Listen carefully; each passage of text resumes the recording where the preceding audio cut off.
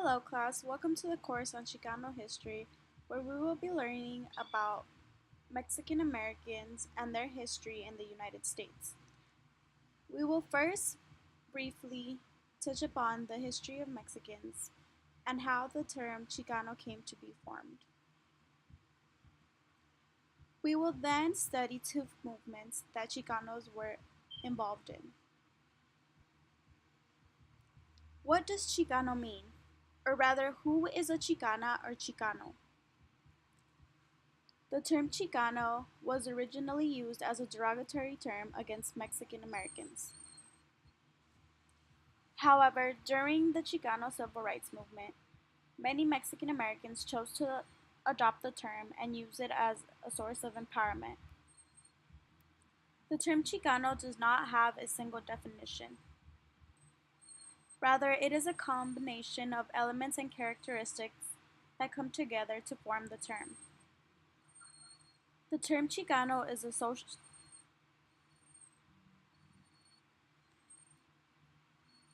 chosen social identity that does not necessarily apply to every Mexican American. Not every Mexican American will choose to identify with the term. A Chicana or Chicano is a person of Mexican descent living in the United States.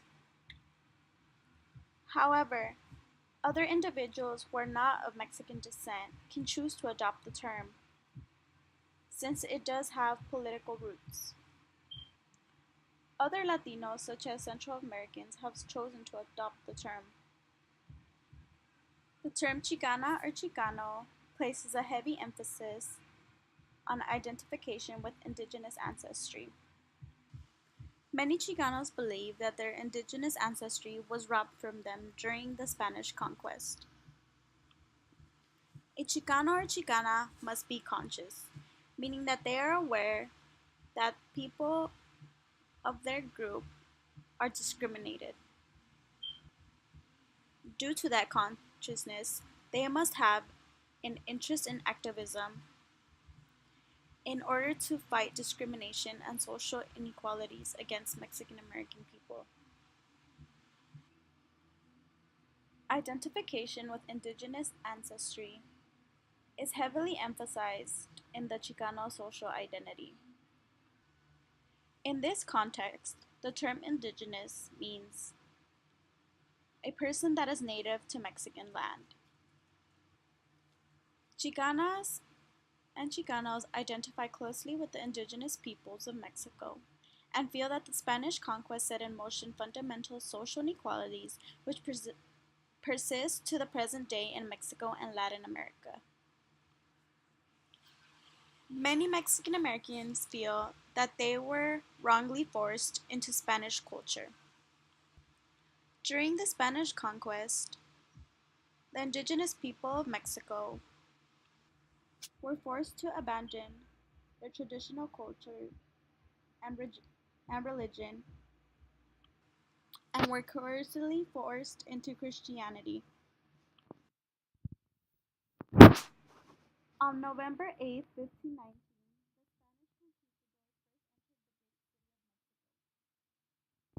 the metro the metro metropolis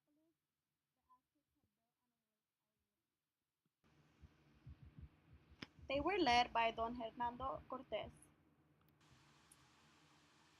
Don Hernando Cortés, who was accompanied by 600 Spaniards and a great many native allies, at last could see for himself the temples and palaces about which he had heard so many marvels. The Spaniards arrived from the direction of Talpan to the south of the city, passing across one of the wide causeways that connected the island with the mainland.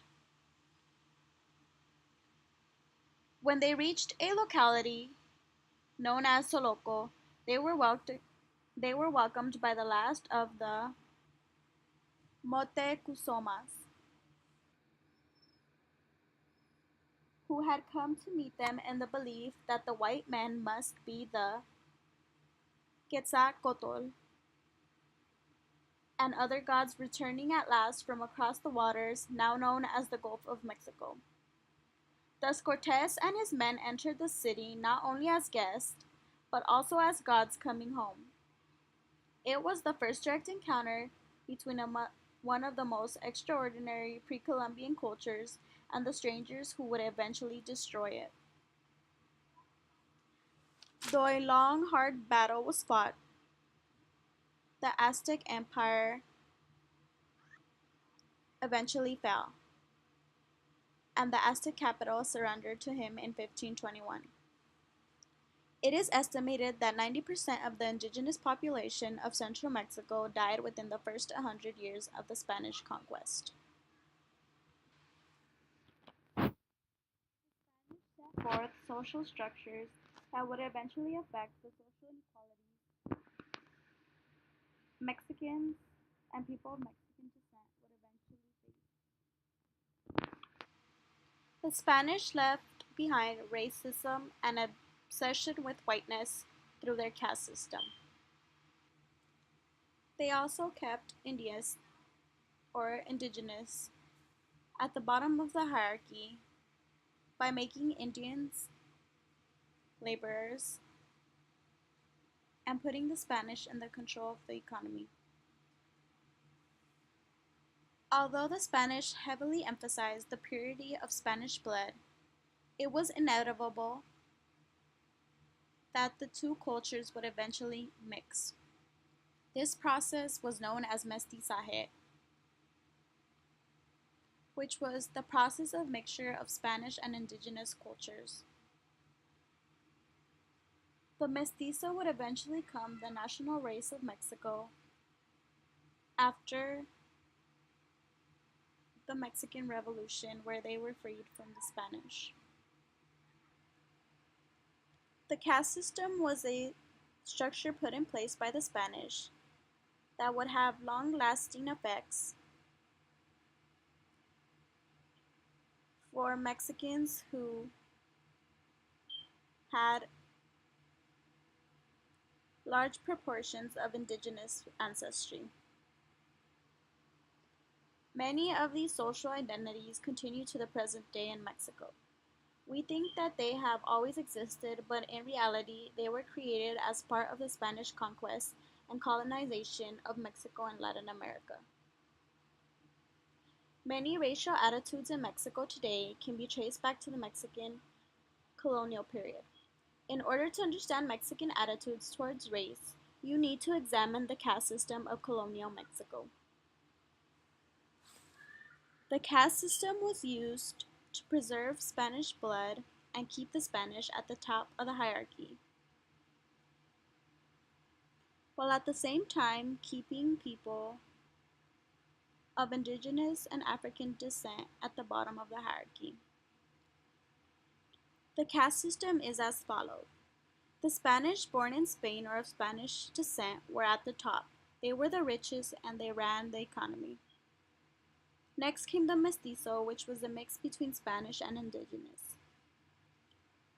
After them came the Indians, or the indigenous. Following was the mulatto, which was a mix between Spanish and African. And finally, at the bottom, were the blacks, or people of African descent. Many Chicanos, or Mexican Americans, also felt that Mexican land was wrongly taken during the Mexican American War. Because of this, they chose to adopt a mythical Aztec homeland that was identified with the southwest United States as a source of empowerment. Aztlan is a spiritual homeland for those who identify as Chicana or Chicano. It is a powerful symbol that was used during the Chicano civil rights movement in the 1960s. It is akin to Jerusalem for Christians and Mecca for Muslims. The concept was popularized by Chicano poet Alurista in 1969 at a conference where El Plan was adopted. As you already know, Chicano social identity is comprised of many elements and characteristics that come together as a whole to form the identity. Traditional Chicano social identity was comprised of three elements, which include cultural pride, consciousness, and commitment to activism. However, through various social movements, the term has been expanded to become more inclusive because many Chicanos felt that the term was highly exclusive. For example, women and LGBT members felt excluded by the term because it was originally highly patriarchal. The first element, which is cultural pride, meant that the Chicano or Chicana must have pride in their Mexican culture and history. They acknowledge the process of mestizaje, which is the process of mixture of Spanish and indigenous cultures. They should also have a special emphasis upon their indigenous heritage. Many individuals see the term Chicano or Chicana as a political term due to the following two characteristics. Consciousness refers to the awareness that Chicanos or Latinos have and are unfairly treated in a discriminatory manner, and they should be committed to bringing social change in order to fight discrimination and inequalities against Chicanos and Latinos. Because Chicanos are conscious of the unfair treatment towards them, they must have a commitment to activism. They should have a lifestyle of social activism and advocacy on behalf of Chicano-Latino community through education, law, politics, medicine, or other forms.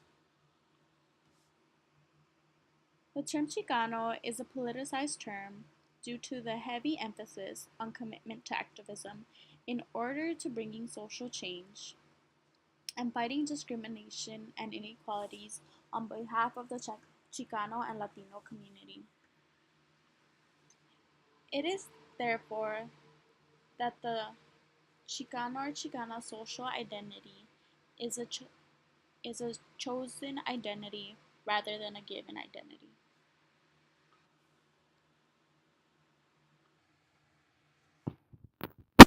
In 1821, Mexico received independence from Spain. Mexico was approximately twice its current size and included present-day Texas, California, Arizona, New Mexico, Nevada, and parts of Utah, Colorado, and Kansas. After Mexican independence, American settlers began arriving in the Texas territory. By 1836, Anglo immigrants and Tejanos, former Mexicans living in Texas, fought for and gained independence for Mexico. Mexico did not recognize Texas' claim to independence. In December 1845, Texas became a state of the U.S. The Mexican-American War was a dispute over the boundary separating Mexico and Texas. U.S. claimed the Texas border was Rio Grande. Mexico argued that the line was 150 miles further north at the Nueces River, which was the historical boundary.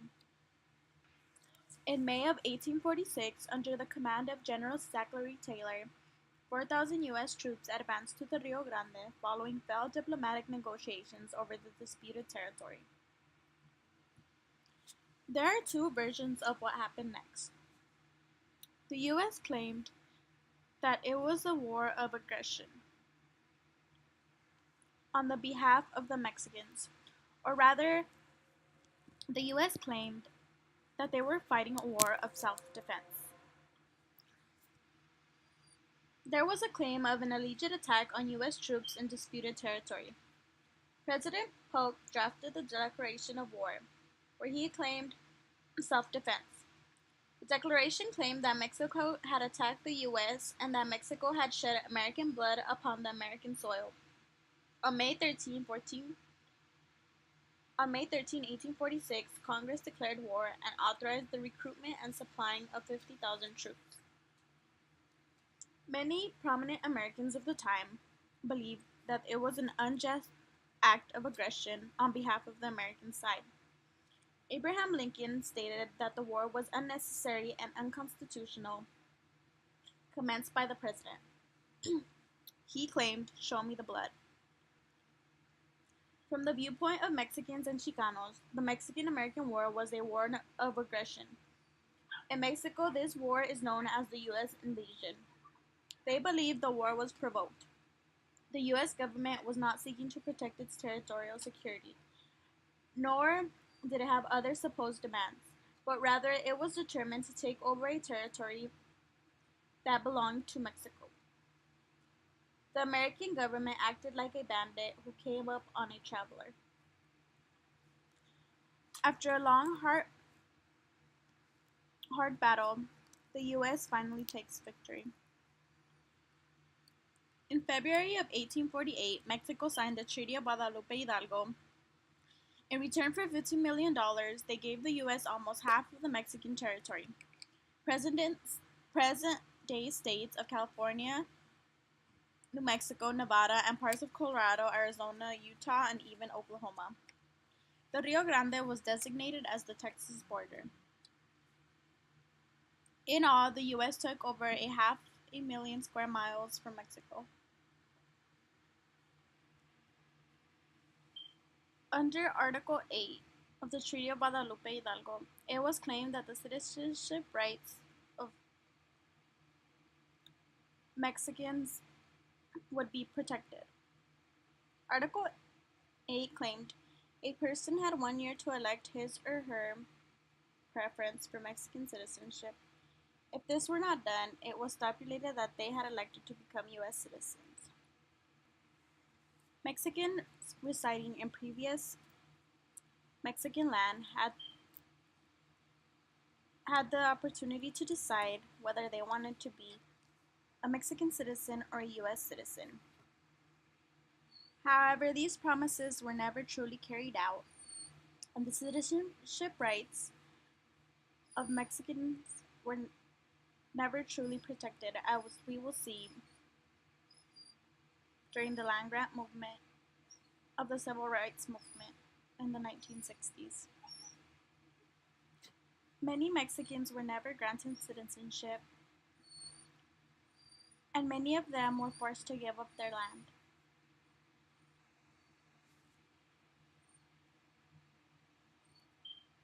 In order to understand Chicano consciousness, one must first understand the history of Mexicans in Mexico and the United States.